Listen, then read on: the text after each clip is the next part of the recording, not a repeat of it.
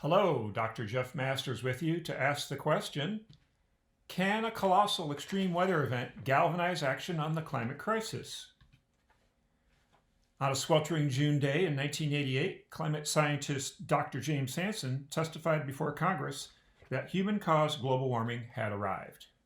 Altogether, this evidence represents a very strong case, in my opinion, that the greenhouse effect has been detected and it is changing our climate now. Since the summer of 1988, there have been many extreme weather and climate events, each consistent with human-caused warming, that in another world would have triggered the U.S. to make the transformational change needed to address the climate crisis. I present here 12 examples. Starting with the summer of 1988, going on to the first global coral bleaching event in 1998, to be followed by 3 more, most recently in 2024, thanks to record warm ocean temperatures across much of the globe. In 2003, we had the deadliest heat wave in human history, over 70,000 people killed in Europe. In 2005, we had Category 5 Hurricane Katrina form, which then slammed into New Orleans, killing over 1,200 people. In 2012, the Arctic lost more than half of its sea ice. 2012, we also had Superstorm Sandy, the largest hurricane ever recorded, and caused over $88 billion in damage, much of it to New York and New Jersey.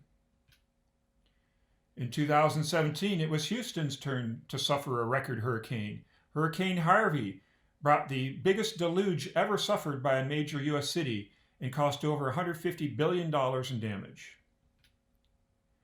In 2018, record wildfires swept through California, and the town of Paradise, California was annihilated, killing over 85 people, the worst wildfire in over 100 years. In recent decades, the ocean has steadily acidified, a phenomenon that threatens the basis of the very food chain for all life on Earth.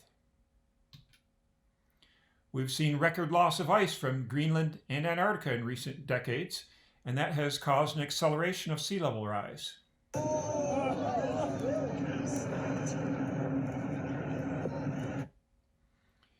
An ocean current system in the Atlantic has shown signs of faltering and could collapse completely in 25 years. That's being given a 59% chance of happening in a recent paper.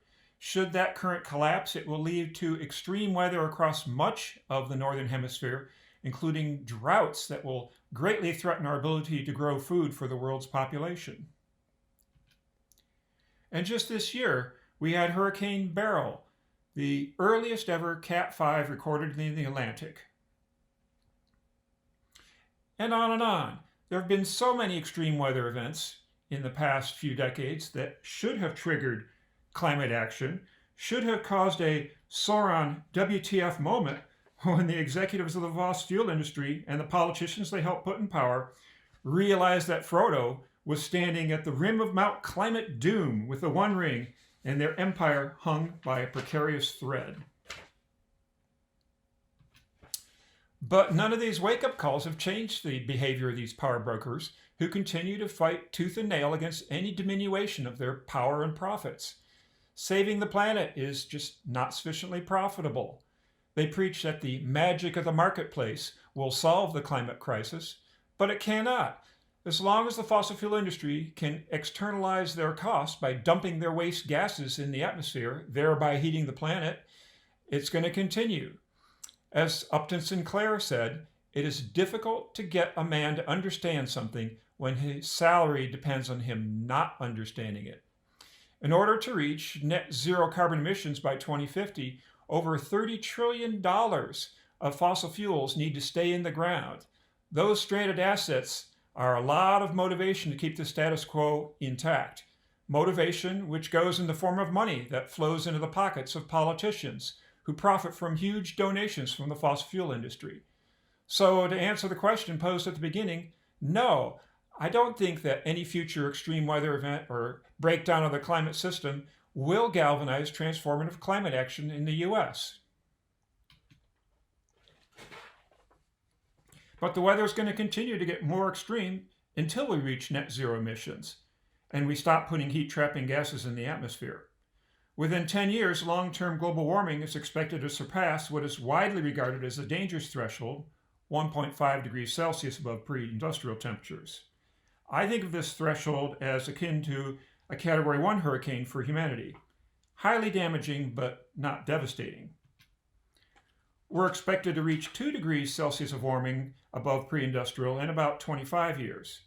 In my estimation, that will be akin to a major Category 3 hurricane for humanity. Devastating, but not catastrophic. Some very bad outcomes are likely to be in store for us at that level of warming. And it is vital that we limit warming below 2.5 degrees Celsius, or we risk Category 4 level damage to civilization, approaching the catastrophic level. So the choice in the upcoming US election is a stark one. The Republican Party is beholden to the fossil fuel industry, thanks to the massively disproportionate amount of money they give to Republicans.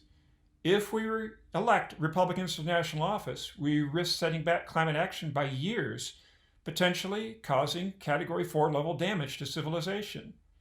The Democrats have a relatively sane climate policy, and they give us the best hope of avoiding a science fiction-like nightmare climate future. So if we want to preserve the best hope of a livable climate for ourselves and our kids, we need to elect as many Democrats as possible into positions of national leadership. Thanks for listening, and thanks for your support.